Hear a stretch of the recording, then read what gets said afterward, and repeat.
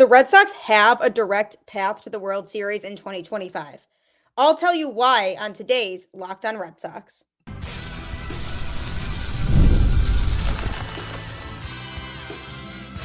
You are Locked On Red Sox, your daily Boston Red Sox podcast. Part of the Locked On Podcast Network, your team every day. Hello and welcome to Locked On Red Sox, your daily Boston Red Sox podcast, part of the Locked On Podcast Network, your team every day. I'm your host, Gabby Hurlbut, former ESPN social media associate and current host of the Boston Balling podcast as well. And I am here to bring you the latest in all things Boston Red Sox, Monday through Friday, straight to your favorite podcast feed. And the best part is it is all completely free. So you might as well tune in because Locked On is your team every day. Today's episode is brought to you by Game Time.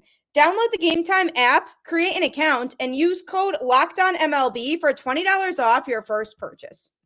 Welcome to the show. Just a reminder that I am married now. My last name did change. I am going to slowly break the new last name in, probably going to change it on Twitter first so that people can at least see it written down and get used to it before I start saying it on the show. But that will gradually be a change that does come about here. And while I make this big transition in my life and I'm making changes, wouldn't it be a nice change if the Red Sox really followed through this time on their words? Because Craig Breslow once again mentioned how he wants to make the Red Sox a contending team in 2025.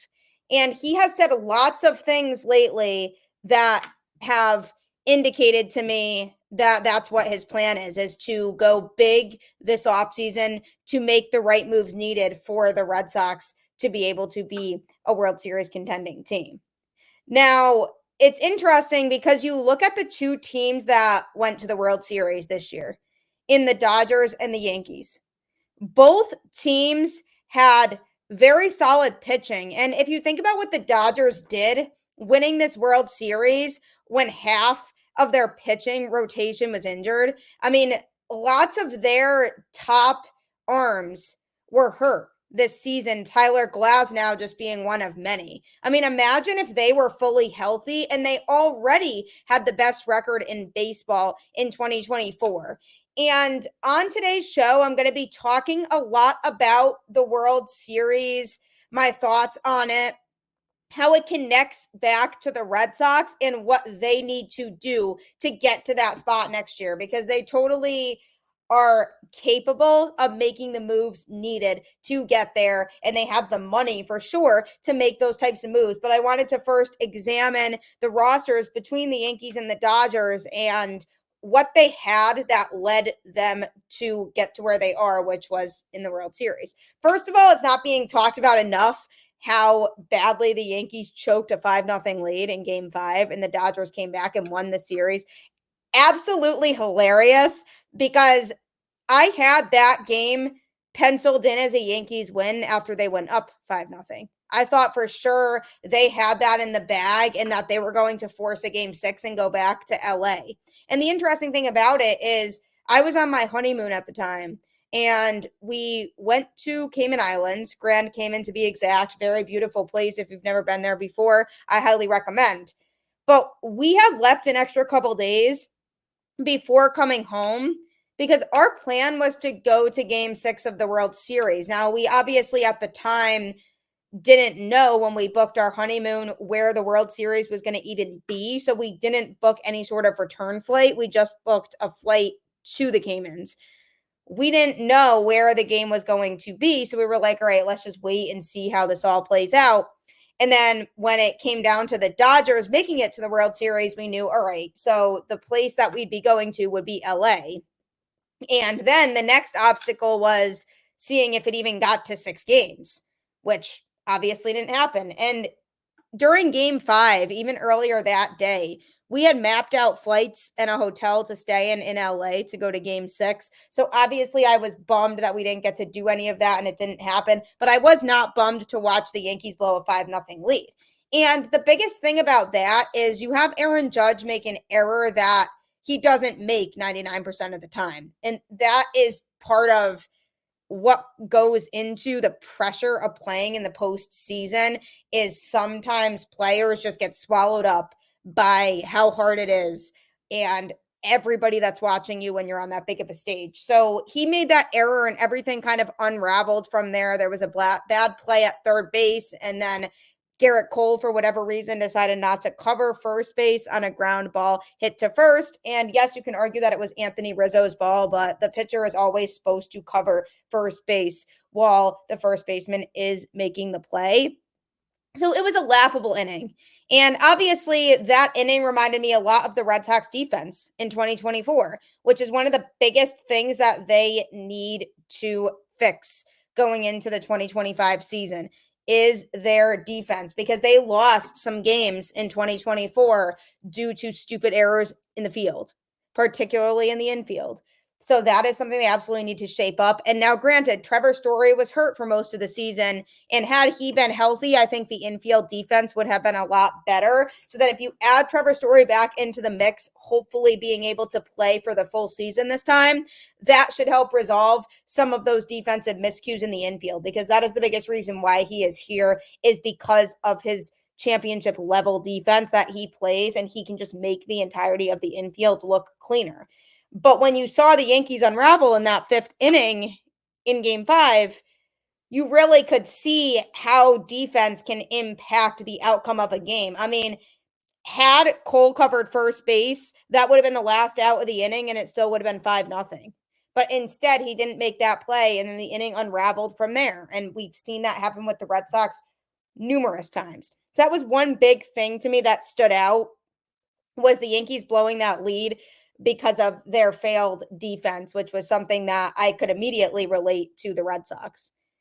A big storyline I had with the Dodgers and being able to win wasn't necessarily that their bats were overall super productive, because they were missing out on a lot of opportunities offensively when they had runners on base, particularly in scoring position. So it's not like they were overly impressive with their offense, but they did have Freddie Freeman in their lineup, who just absolutely took over and was able to just crush baseballs whenever they needed somebody to. And when you think about the Red Sox lineup right now, is there a single player in that lineup that you think could have realistically done what Freddie Freeman did in that World Series? I know it's easy to want to say Rafael Devers, but honestly, he wasn't consistent enough in 2024 for me to feel like he could have been that guy in the postseason that absolutely took over and was an absolute menace at the plate. That's what Freddie Freeman is. And the problem with the Red Sox lineup right now is they don't have a guy like that in the lineup, a big time name, somebody who can go in there and take over. And you go over to the Yankees side. I mean, obviously they lost the series and it didn't work in their favor, but they had Juan Soto on their team, a guy who is one of the best players in the game, never strikes out, takes lots of walks, but also gets the big hits when his team needs him to get the big hits. And he was one of very few Yankees that were doing something offensively in that lineup in the World Series. So when you think of guys like Freddie Freeman and Juan Soto, guys who everybody knows and everybody wants to watch, the Red Sox need to find somebody like that to put into their lineup. And obviously, you mentioned Shohei Ohtani, and you think of him and how it was his first playoff appearance, which was great. But he did not hit well. And granted, he was injured because he had that issue sliding into second base during game 3 when he couldn't really move his arm. And that was a little bit scary, but then he got checked out and he was cleared to play after that, and all was well with him. But even still, he wasn't hitting well before that happened. Lots of strikeouts and not being able to make a lot of hard contact. And that's something to me that I think might have just been an experience thing, that he hadn't gotten that exposure to postseason baseball yet. So he just needed more time to be on the postseason stage. So, now that he's with the Dodgers, that is a big market team. He's not used to being on a huge market team like that. I mean, the Angels are just not nearly as big of a market as the Dodgers are. So for him, he's going to have to get used to being in that spotlight, because for as long as he is there, there's going to be even more attention on the Dodgers than there already was before. And there already was a ton of attention on them because of this crazy roster that they have full of tons of talent. But now you add Ohtani to that mix, they just become the most talked about and most paid attention to team in baseball. And Shohei is going to have to get used to having that pressure. But if he gets used to that, I mean, that could be really scary moving forward in the postseason for other teams going against that Dodgers team. So when you think about that lineup and how the top of the order for the Dodgers is Shohei Ohtani, Mookie Betts, and Freddie Freeman, I mean, come on, what are we doing? That's just not fair to anybody else. And the Red Sox need to have that in their lineup, because yes, you could say the Red Sox lineup is good, and it certainly was good for the most part in 2024, but it was inconsistent and couldn't always find that player to get that big hit. But you can't sit here and say the Red Sox have a lineup where the top three hitters align with those three that I just named. And that's a big thing that the Red Sox need to do this offseason if they want to be taken seriously as contenders, is get a big named player to go alongside Devers in that lineup. So that way, then you're already enhancing what you already have drastically. And then you wait for, the presence of Jarren Duran, which he likely will show up in that lineup, and everybody's still waiting on Trevor Story, and who knows what's going to happen with the right-handed bat. At least if you get somebody in there that is the equivalent to a name that I mentioned, then you can feel a little bit better about this lineup heading into 2025. Because the reality is that Dodgers lineup is stacked with talent, and if the Red Sox want to be anywhere close to competing with that lineup, they need to do more. And coming up, I'm going to be continuing to go over my overall thoughts on the World Series, as well as connections to the Red Sox, guys who are familiar to us and guys who the Red Sox should try to replicate essentially and get on their team this offseason so that they can be taken more seriously. Common theme here with this Red Sox team. With Robinhood Gold, you don't need a silver spoon to eat up the financial favors of the 1%. Robinhood Gold allows others to get the rates and perks usually reserved for the high society.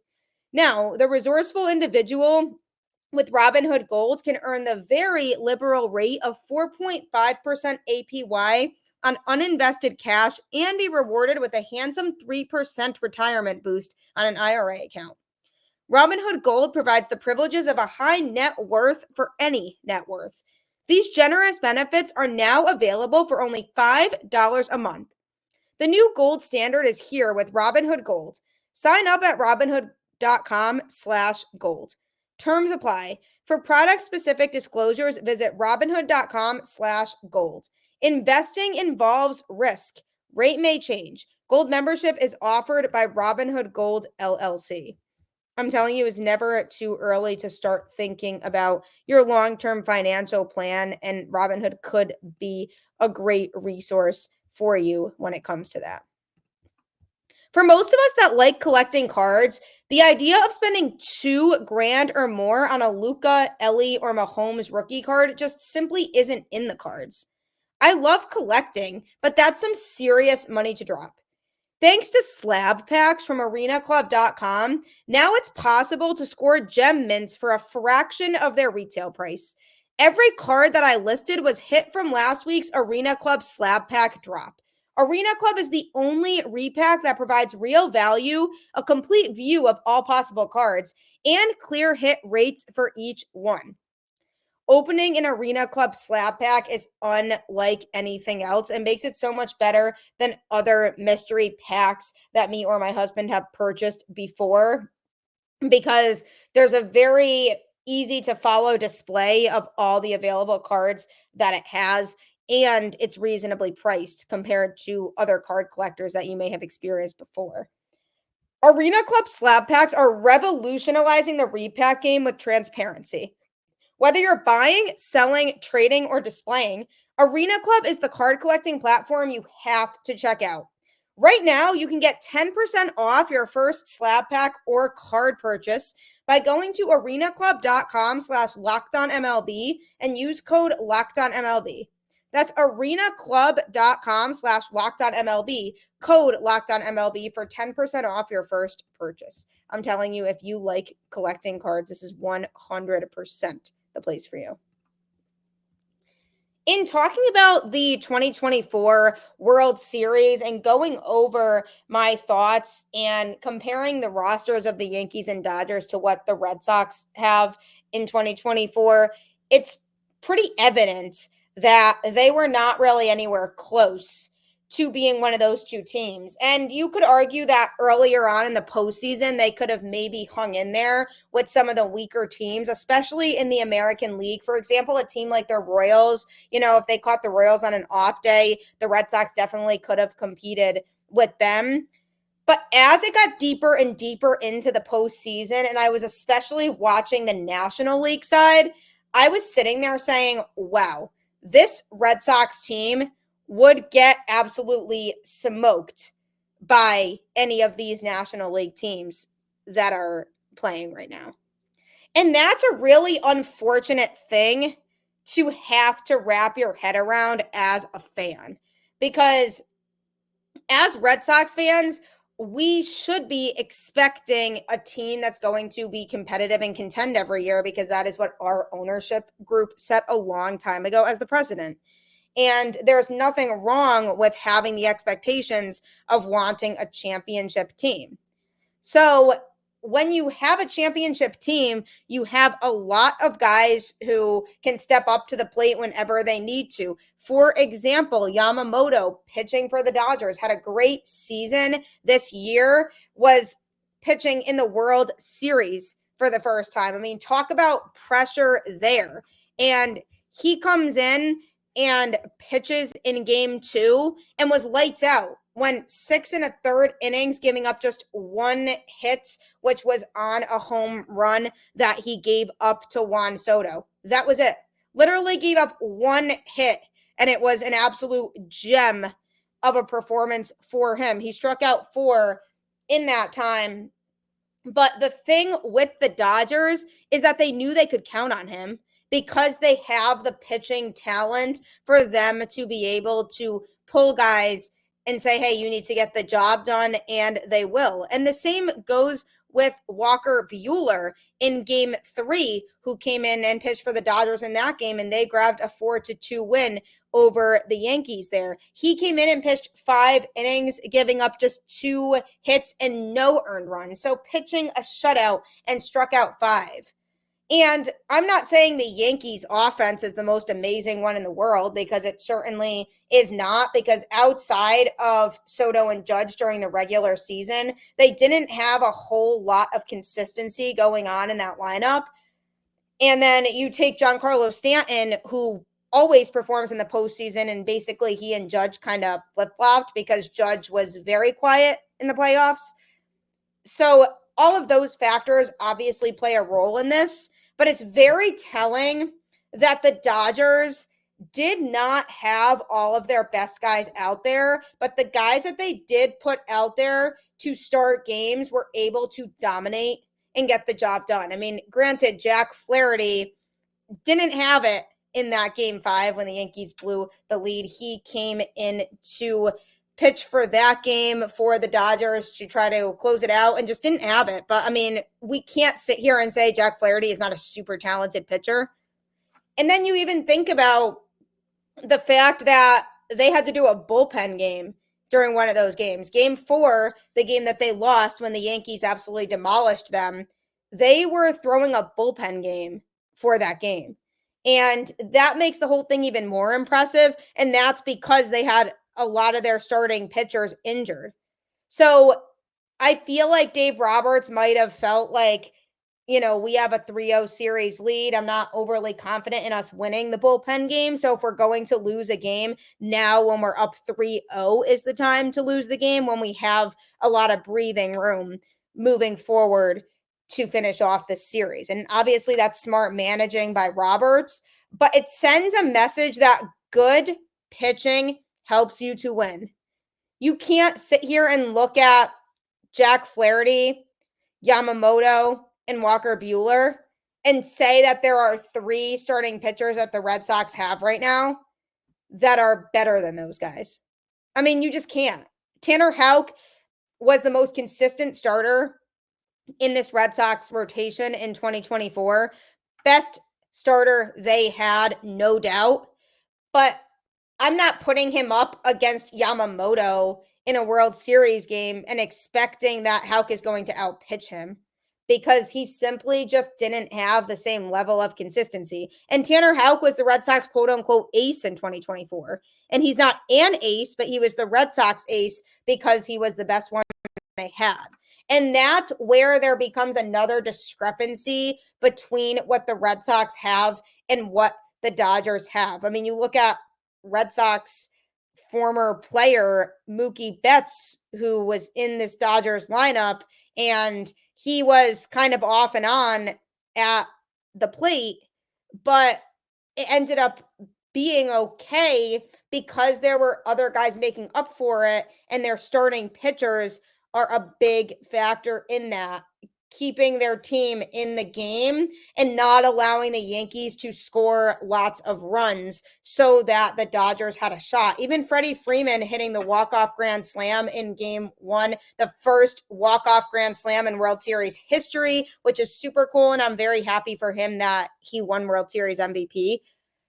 Their pitching staff helped put him in that situation to be able to hit that grand slam because they were limiting the Yankees when the Yankees had opportunities also with runners on base. So then you can take some of these comparisons and say, wow, there were a lot of former Red Sox players that were here, or somebody who had a connection to the Red Sox in some capacity that was able to enjoy this World Series ring. Dave Roberts, another one. I mean, part of the 2004 Red Sox, the famous stolen base for him that changed the tone of that ALCS against the Yankees. I mean, Dodgers and Red Sox fans right now have a lot of current and former players that they've both found themselves rooting for because of the teams that they've been on, and these players finding their way to both of these teams in some capacity. And the other thing that comes full circle about this World Series and the connection to both the Dodgers and the Red Sox is the fact that Alex Verdugo made the last out. I mean, that's just funny and won't ever not be funny because, I mean, the Red Sox obviously traded him to the Yankees, but he started in the Dodgers organization before that. So it's just kind of funny how full circle that comes. So there were definitely some little connections to the Red Sox in that series. And there could be even more connections to the Red Sox if they physically are in the World Series against the Dodgers next year. And when you take a look at that Dodgers rotation, if the Red Sox want to contend, I'm not kidding, they have to try to match what that rotation has, because the Dodgers are only going to continue to get better when their guys are healthy next year. And that's scary for everybody across the league, not just the National League. Anybody that's going to have to deal with the Dodgers along their path. And it's very possible that they end up back in the World Series again next year. And for the Red Sox, their rotation is so weak compared to what the Dodgers had. And then you even look at the bullpen, for example. I mean, Blake Trinan was a little shaky in the series at times, but then you have Michael Kopech, who was a pretty shutdown guy. Gratterall, we know, is a fantastic pitcher. And Vesia also, Alex Vesia, who really stepped up for the Dodgers in their bullpen. So now I ask again, what do the Red Sox have to compare that to? Because the Red Sox bullpen was a mess next year. And you even think about the Yankees closer, Luke Weaver, who was nasty for them when he got moved into that spot, because Clay Holmes used to close, but then he started struggling in the closing role. So they moved him out of that spot. And once Luke Weaver stepped into that spot, I mean, that guy can throw strikes, and he is disgusting to watch. But then you look at the Red Sox, who don't even really have a closer right now. Because, I mean, Kenley Jansen likely is walking in free agency. But even if he doesn't, and the Red Sox decide they want to bring him back for a year, I mean, the guy's older now, and he definitely had his moments of struggle in Boston in 2024. Yes, he was still able to get the job done a lot of the time, but he also had his moments of struggle. And you compare Luke Weaver to the Red Sox no closer situation right now, and obviously that gives the Yankees a leg up. So there are so many things you can compare from these teams that went to the World Series to the Boston Red Sox, where you can look at this team and say, wow, this team really was behind where these two teams were at. And that was because those teams, to me, looked and felt a lot more complete than the Red Sox did. And they both had high caliber players that had the talent to be able to lead their team to a championship, players that sell tickets, but also players that can buckle down and win, like the Juan Sotos of the world. Like, what I talked about with Freddie Freeman and how he's not even the highest marketed player on the team, because that would be Ohtani, but he's still one of the best hitters ever and is going out there and winning them games. The Red Sox need a player like that on the team if they want to have a chance to go to the World Series. I can't emphasize that enough. And coming up, I'm going to be talking about what exactly the Red Sox can and should be doing to get themselves to the World Series in 2025, or at least give them a good shot to get there. Now that college basketball season is here, I am so excited to go catch some games, and I know I'm going to be using Game Time for all of those ticketing needs. Game Time has tickets for all events, concerts / shows, comedy shows, not just sports. It also has a new feature called Game Time Picks that makes getting to see your favorite teams play live even easier, because the ticketing purchasing process is so much easier. And I love that atmosphere of watching a Big East college basketball game. I am a diehard UConn fan, for those of you that don't know. And there's nothing like that atmosphere, but you can have that atmosphere whenever you want with Game Time, because it's way cheaper. You see the view from your seat before you purchase tickets, and they make sure that it's worth your while. Take the guesswork out of buying tickets with Game Time Picks. Download the Game Time app, create an account, and use code LOCKEDONMLB for $20 off your first purchase. Terms apply. Again, create an account and redeem code LOCKEDONMLB for $20 off. Download Game Time today. What time is it? Game time. I'm telling you, if you have a big family and you all want to go to a game together, Game Time certainly is the ticketing site for you, because it will help you save lots of money. Get ready to tackle the NFL action with FanDuel, America's #1 sportsbook. Because right now, new customers can bet $5 to get $150 in bonus bets if you win. The FanDuel Sportsbook app gives you everything you need to place live bets on the NFL, all in one place. So when you get a hunch in the middle of the game, you can check out the latest stats, view live play-by-play, and so much more on the same page where you place your bets.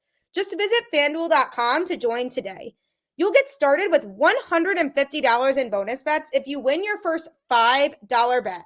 That's FanDuel.com.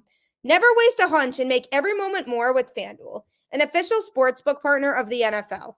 You can win tons of money on FanDuel. Just trust me, you will not be disappointed.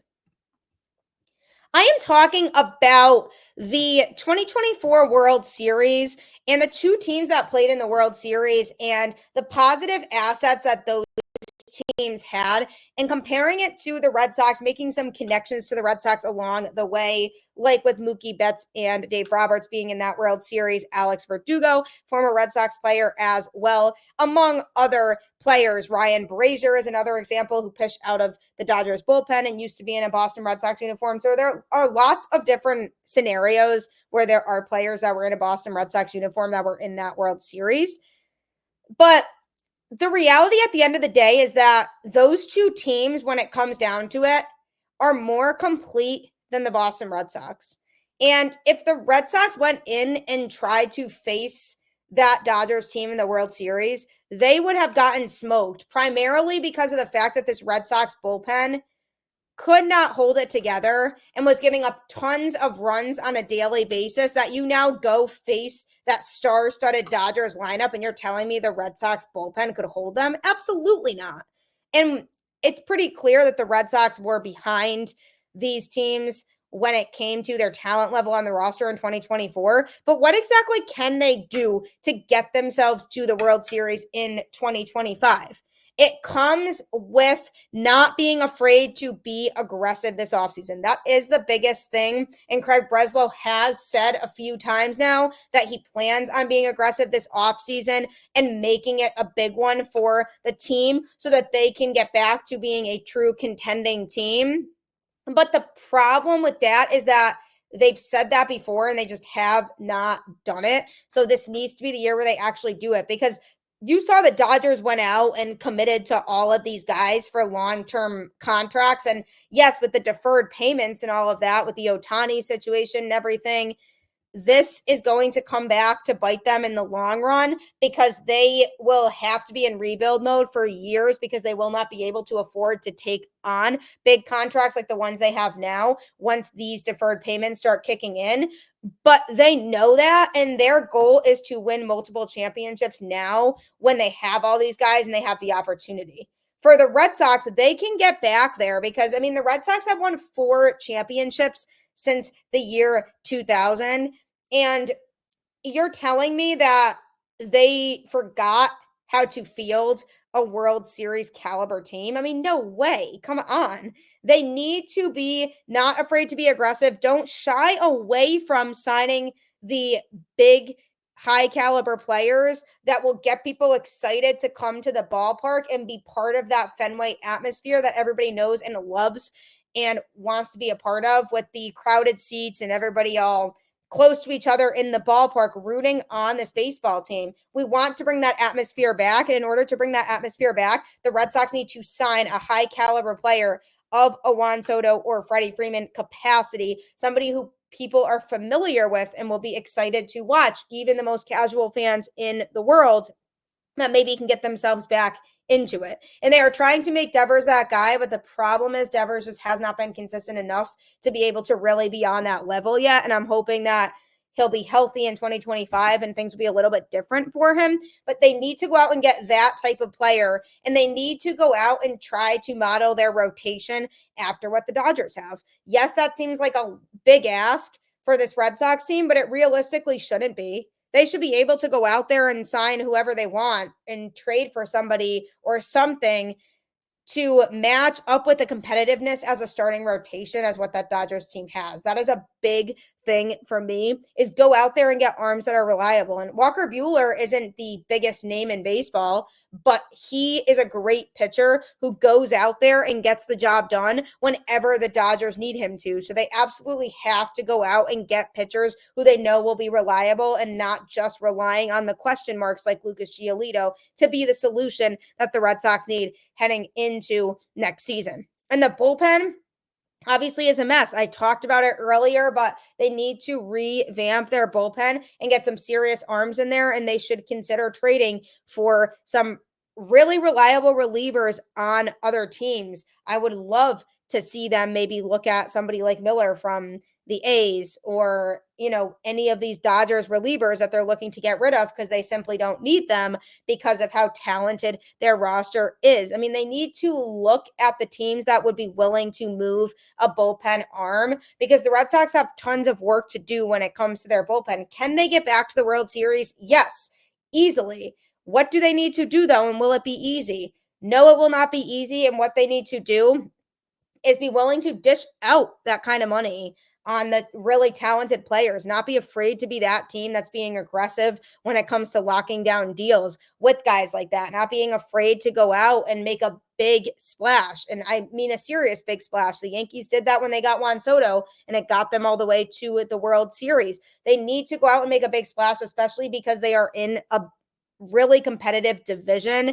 So they need to find a way to stay competitive within that division if they even want a shot. So they can do it. But the moral of the story here, when you look back at this entire show of talking about the Yankees and the Dodgers and what they have and what the Red Sox don't have, they have that aggressiveness to go out and get the high caliber players. And that, my friends, is what the key is going to be for the Red Sox this offseason. But lots of time to go before spring training hits. So like I always say, we will just have to keep the faith on that.